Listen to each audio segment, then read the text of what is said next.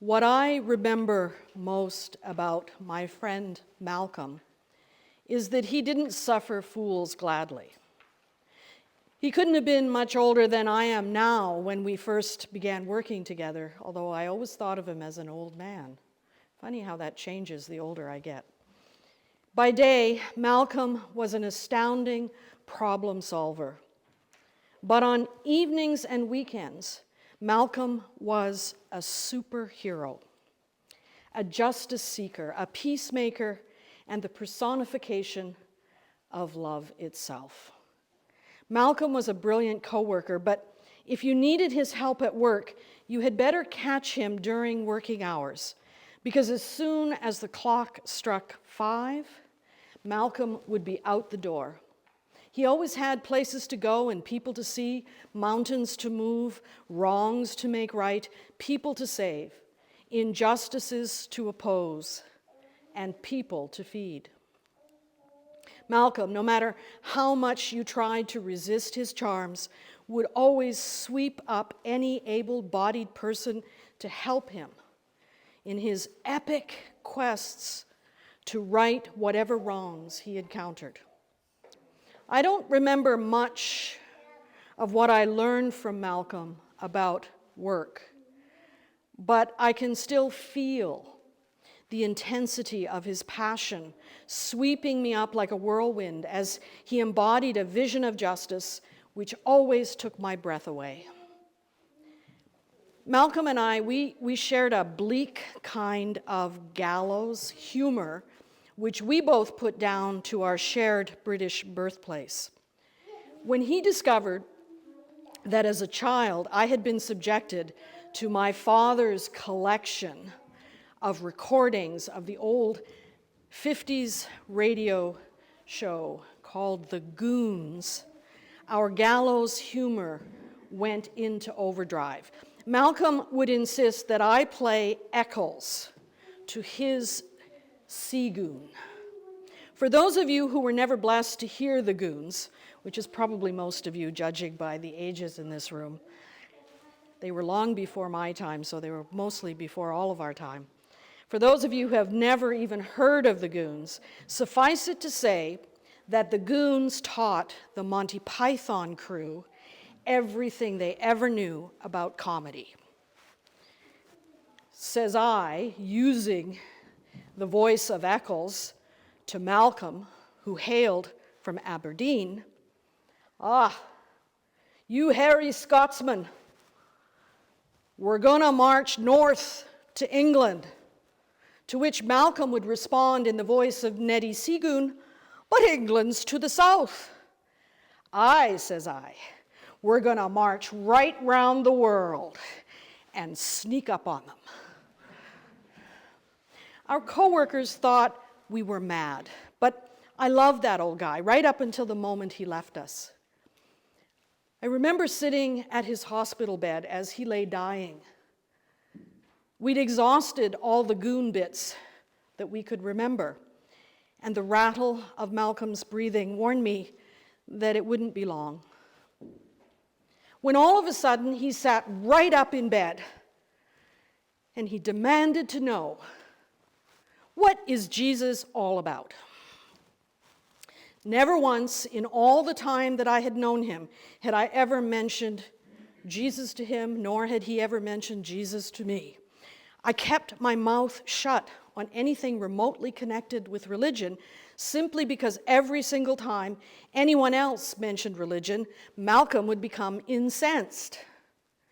Malcolm was positively vulgar on the subject of religion, and I, for one, didn't want to risk our friendship by saying anything remotely religious. "Come on," he said.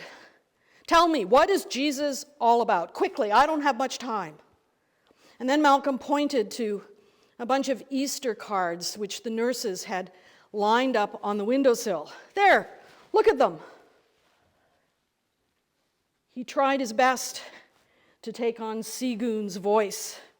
"If those cards are anything to go by, then Jesus must have been a bunny rabbit, hopping and hopping and hopping all the way through a field of daffodils. Trying my best to summon up the voice of Eccles, I could only muster a classic Eccles conundrum. He's gone, but he's not forgotten. Sorry, you're going to have to Google it. It is Easter after all, and my task here is Malcolm's question. What is Jesus all about? I believe that Jesus is all about the story, a parable to be exact. And I'm not talking about the parables which Jesus told. I'm talking about the parable of Jesus, the myth of Jesus. A myth, you will remember, is something that communicates truth. The parable of Jesus is not about his death, although Jesus does die, but then again, in the parable, he's dead, but he won't lie down. The parable of Jesus is not all about Jesus' death, nor is it about life after death. The parable of Jesus is about so much more than individual salvation from some vengeful, punishing God. The parable of Jesus is about the context in which Jesus was born, the oppression under which Jesus lived, and the passion with which Jesus embodied nonviolent resistance to the powers of domination, a commitment which Jesus was willing to die in order to teach the world that justice and not violence is the way to the peace we long for. The parable of Jesus is a parable of resistance. The parable of Jesus is about resistance to a way of being that is based upon selfishness, greed, and the quest for more. The parable of Jesus is about a vision of a new way of being in which the abundance of creation is shared by all, so that everyone has enough in order to live their lives. Jesus insisted, "I have come that you might have life and live it abundantly." Jesus' understanding that the mystery responsible for creating life is so much more than a tribal deity who favors one tribe over the other.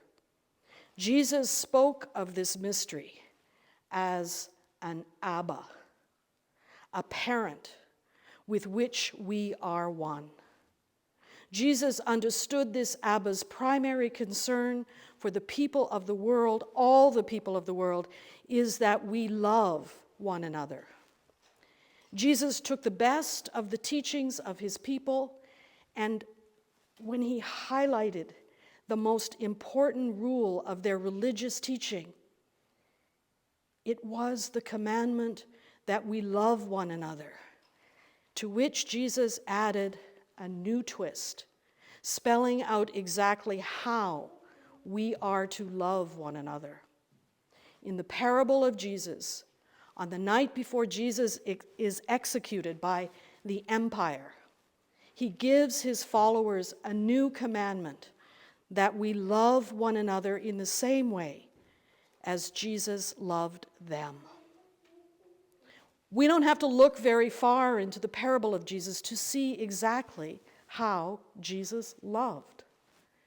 The parable of Jesus contains all sorts of little parables about the way in which Jesus loved without discrimination, the lowest and the least, the outcasts and the sinners and the powerless, comforting, feeding, healing, eating, and drinking with them.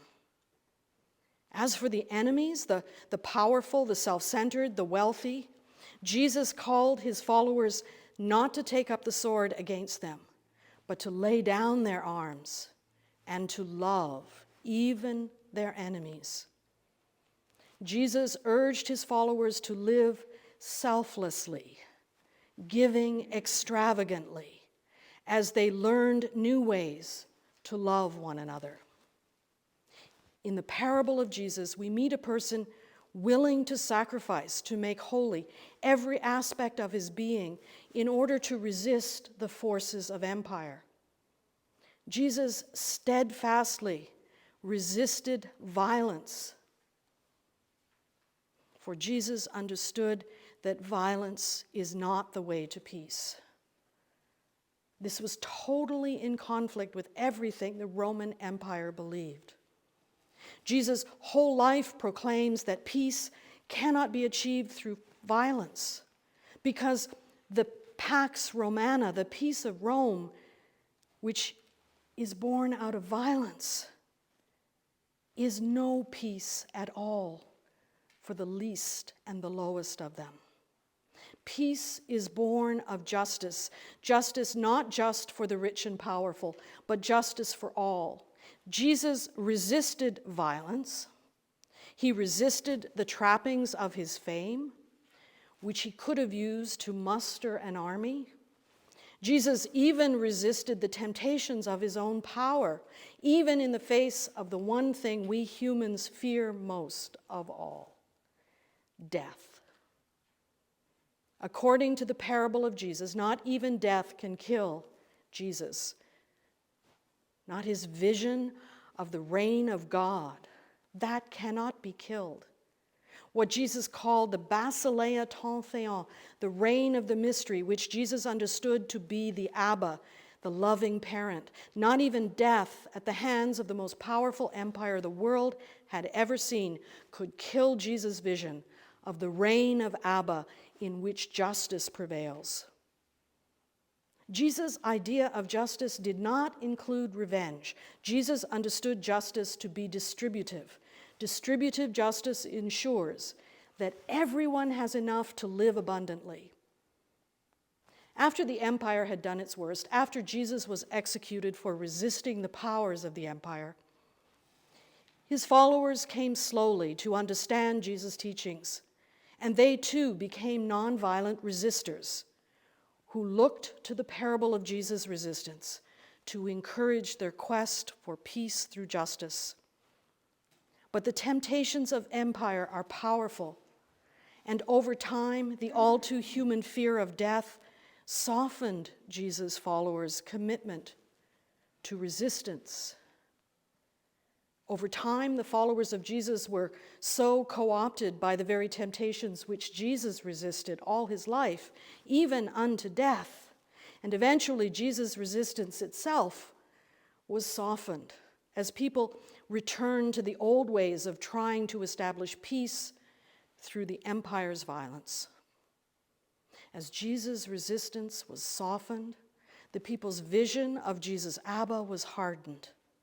Indeed, the Father became known as a vengeful, punishing, violent God who employed threats not unlike the empire's torture in order to achieve compliance and make a kind of peace for the powerful.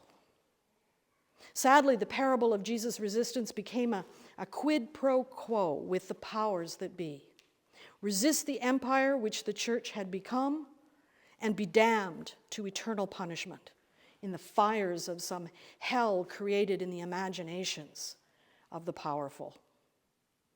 No wonder resistance was forsaken in favor of bunnies and chocolate, as Jesus himself became a kind of opiate which, if swallowed, produces a kind of euphoria which promises heavenly rewards in some other lifetime, allowing the people to forget the creation of heaven here on earth, or the hells we have created here on earth.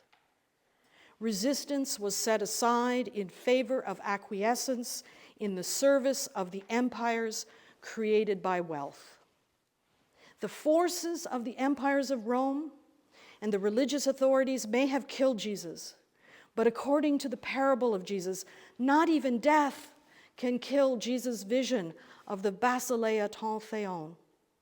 We catch glimpses of Jesus' vision here and there, wherever and whenever people resist the temptations of empire.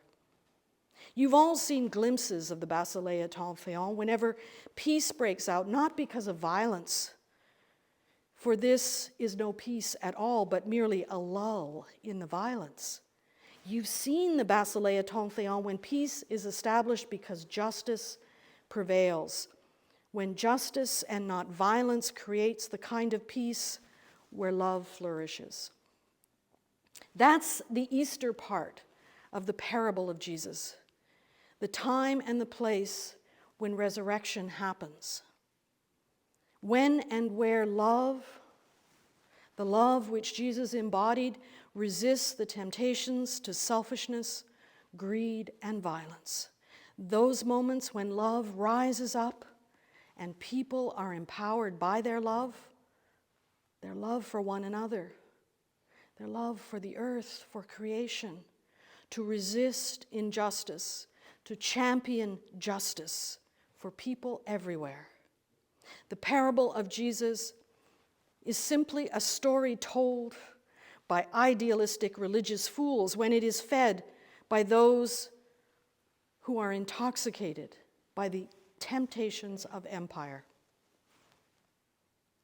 But the parable of Jesus, it still holds the power of resurrection within the transforming love which is embodied in the life, the teachings, the death, and the powerful legacy of Jesus' resistance. For it is Jesus' vision of the Basileia Templéon, the reign of Abba, in which the power to be love in the world is resurrected each and every time love is embodied in the world. For the reign of the love, which is the mystery we call God, is already here in the life of each and every person who resists selfishness, resists greed, resists the hunger for power, resists complacency, resists hatred born of fear, resists me first. I gotta get mine.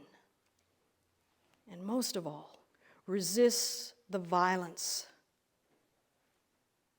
and takes up the quest for justice, not the punitive justice born of our self-centered desire to punish, but the distributive justice of Jesus' vision of a world in which everyone has enough to live fully, love extravagantly, and be all that they are created to be. The parable of Jesus is a powerful parable of resistance which does not end with Jesus' death. Death does not have the final word in this powerful truth, because death cannot destroy the love in which we live and move and have our being, precisely because love has being in, with, through, and beyond us.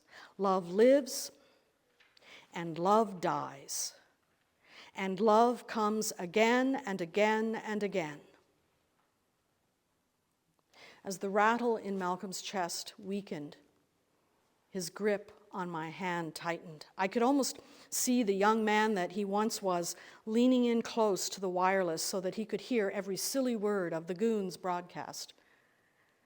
I couldn't help but smile, which when Malcolm noticed, he asked me what I was smiling about. I told him that the folks in the afterlife weren't going to know what hit them once he arrived. So you think I'm going to heaven then? You don't believe in heaven, I reminded him. That's because I'm not there yet. It will be heaven once I get there. That's our Malcolm. There's always something that needs doing to make life better for everyone. It was standing room only at Malcolm's funeral. Dozens of people stood up to remind us of Malcolm's superpowers. And last night, as I was remembering my old friend Malcolm, I couldn't help but laugh when I thought of an old line from a long ago goon show. I think it was the character of Blue Bottle, who was played by Peter Sellers. Now, this character was killed off in many, many episodes. Or as the goons would have it, Blue Bottle was always being deaded. Each time Blue Bottle would be deaded, he would rise up and just go on talking. The silliest of things. I can still remember Malcolm saying in his Seagoon voice, "He's dead, but he won't lie down." Laughing in the face of death is an old Easter tradition because at Easter, death is always the butt of the joke. He's deaded, but he will not lie down. Malcolm's passion for justice, his visions of making heaven here on earth, they live on in each and every person that Malcolm ever loved. Jesus' passion for peace through justice, this love which people encountered in the life and teachings of Jesus, could not be conquered by death. Love rises again and again and again. On this Easter morning, it may appear as if love has died and is buried in the tombs of our stupidity. But I assure you that not even death will have the final word. Not death in Ukraine, or South Africa, or Myanmar, or in the violent streets of corporate greed, or in the lonely hovels in which people die unjustly from hunger and disease. Love may indeed be dead, but love won't lie down for very long. Love is risen indeed in every act of resistance inspired by the vision of the already and the not yet reign of love. Resistance is the only kind of resurrection we need to create the peace we long for. Death cannot and will not conquer love, not as long as love is embodied in the world. Every act of love resurrects our hunger for justice and inspires our desire to be love in the world again and again and again. Even if it is deaded, love won't lie down. Love never dies for very long. May we all know the power of love rising in us. Amen.